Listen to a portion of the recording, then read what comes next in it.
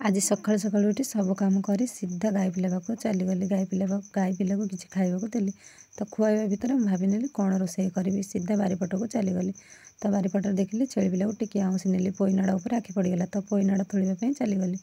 ଦେଖିଲି ଗୋଟେ ଦୁଷ୍ଟ ଡଙ୍କ ବହୁତ ଉପରକୁ ଚାଲିଯାଇଛି। ତ କ'ଣ କରିବି, ବଡ଼ବାବୁଙ୍କୁ ଡାକିଲି। ବଡ଼ବାବୁ ଆସିଲେ ପୋଇ ଡଙ୍କଟାକୁ ଟିକେ ତଳକୁ ଆଣିବା ପାଇଁ।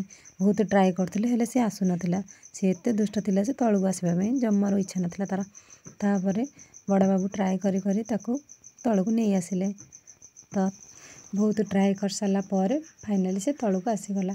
ତ ତଳକୁ ଆସି ସାରିଲା ପରେ ମୁଁ ତାକୁ ତୋଡ଼ି ନେଇ ସିଧା ପାଣି ପାଖକୁ ଚାଲି ଆସିଲି। ତ ପାଣିରେ ତାକୁ ଭଲ ଭାବରେ ଧୋଇ ନେଲି। ଭଲ ଭାବରେ ଧୁଆଧୁଇ କରି ସିଧା କିଚେନ୍ ରୁମ୍ରେ ପ୍ରବେଶ କଲି। ତ ତାକୁ ଛୋଟ ଛୋଟ ପିସ୍ କରି କାଟି ନେଲି। କାଟି ସାରିଲା ପରେ ମୁଁ ପ୍ରଥମରୁ ଆଳୁ କାଟି ରଖିଥିଲି, ତାକୁ ଭାଜି ନେଲି। ଆଳୁ ସିଝି ସାରିଲା ପରେ ମୁଁ ତାକୁ ଭଲ ଭାବରେ ଘାଣ୍ଟା ଘୁଣ୍ଟି କରିନେଲି। ଘାଣ୍ଟା ଘୁଣ୍ଟି ସରିସାରିଲା ପରେ ମୁଁ ପୋଇ ଶାଗ ପକାଇଦେଲି। ପୋଇ ଶାଗ ମୋର ଫେଭରେଟ୍। ପୋଇ ଶାଗ ଖାଇବା ପାଇଁ ମୁଁ ବହୁତ ଭଲ ପାଏ।